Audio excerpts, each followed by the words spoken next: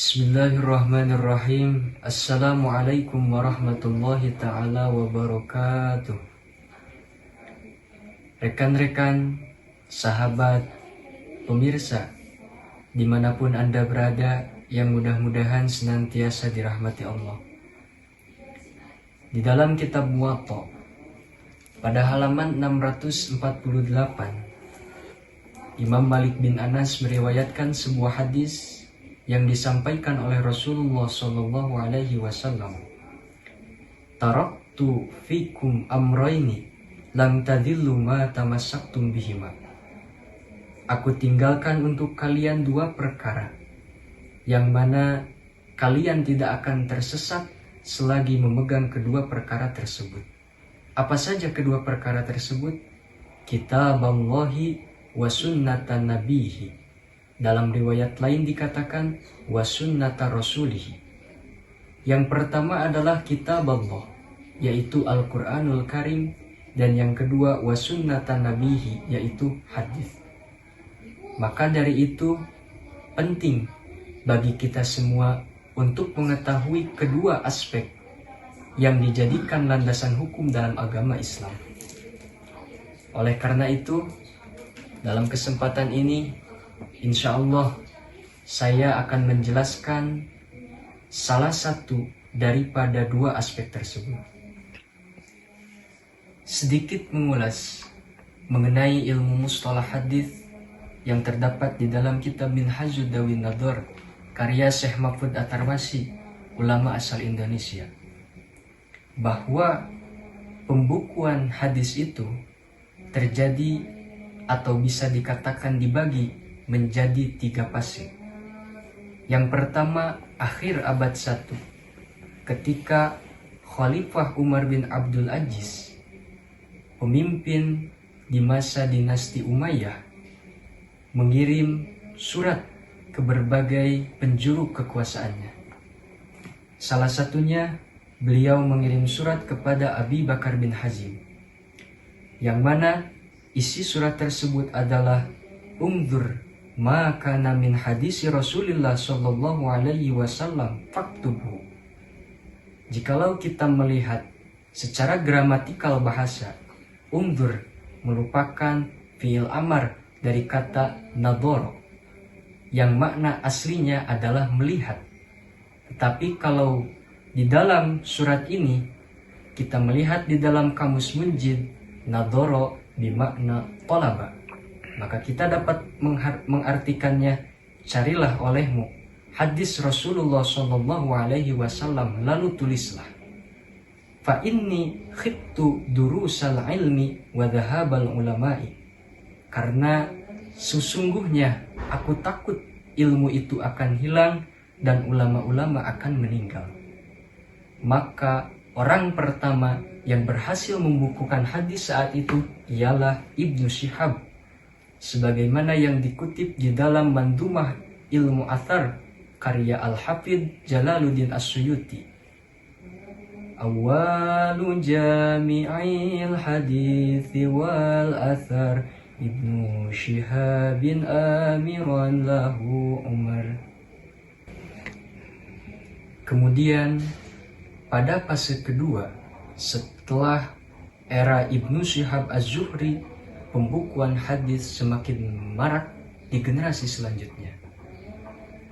Wa awwalul jami'i lil abwabi jama'atun fil asri duktirabi kabni Zuraizin wa Husaymin Maliki wa Ma'marin wa waladil Mubaraki.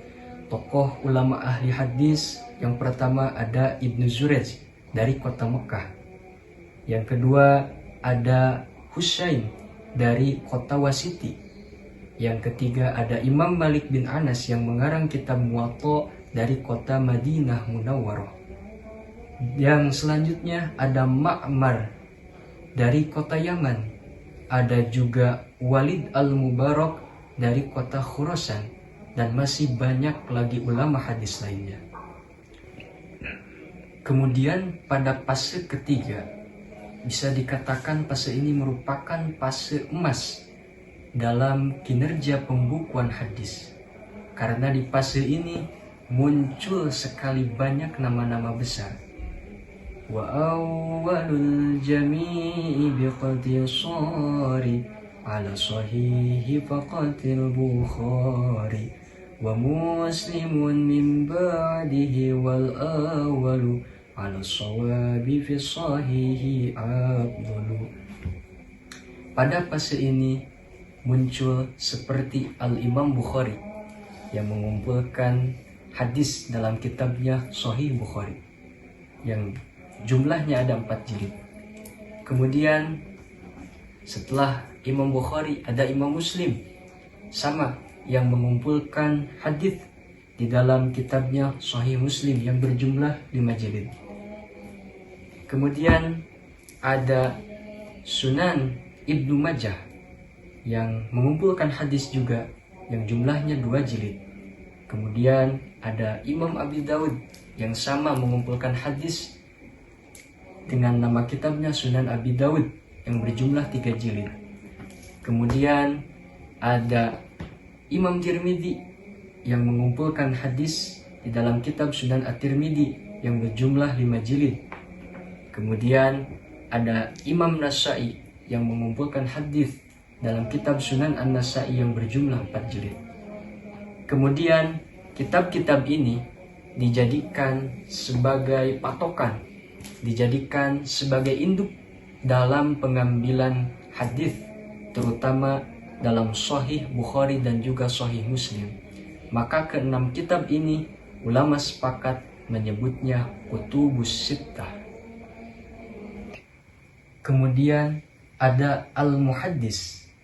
Al-Muhaddis adalah man yastaghilu bi'ilmil hadis riwayatan wa dirayatan wa yatlu'u ala kasirin minar riwayat wa ahwali ruwatiha.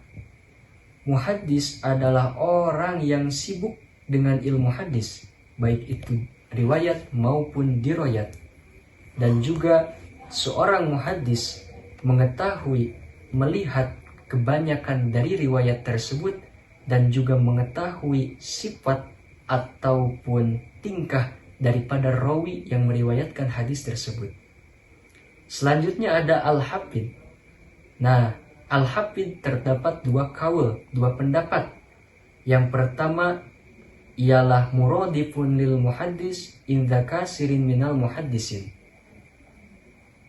Makna daripada Al-Hafidh dan Al-Hadis itu taraddub. Istilah taraddub itu beda lafaz tetapi maknanya sama. Menurut pendapat yang pertama. Menurut pendapat kedua, Al-Hafidh ialah arfa'u darajatan minal muhaddis. Al-Hafidh itu lebih tinggi derajatnya daripada muhaddis. Bihaisu yakunu ma ya'rifuhu fi kulli tabqatin aksara mimma yazhaluh. Karena muhaddis itu orang yang mengetahui banyaknya daripada sedikitnya terhadap hadis.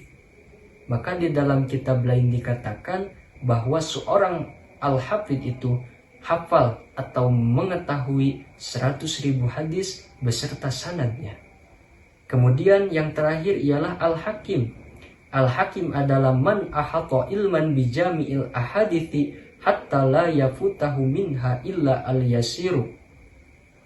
Orang yang meliputi ilmunya dengan semua hadis sehingga tidak hilang darinya kecuali sedikit.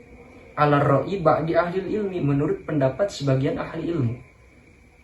Di dalam sumber lain dikatakan bahwa Al-Hakim itu ialah orang yang hafal 300.000 hadis berikut sanadnya. Maka keempat inilah gelar atau laqab ulama-ulama ahli hadis. Diulang lagi, yang pertama ada Al-Musnid, yang kedua ada Al-Muhaddis, yang ketiga ada Al-Hafidh, dan yang keempat ada Al-Hakim. Mungkin itu yang dapat saya sampaikan. Kurang lebihnya mohon dimaafkan.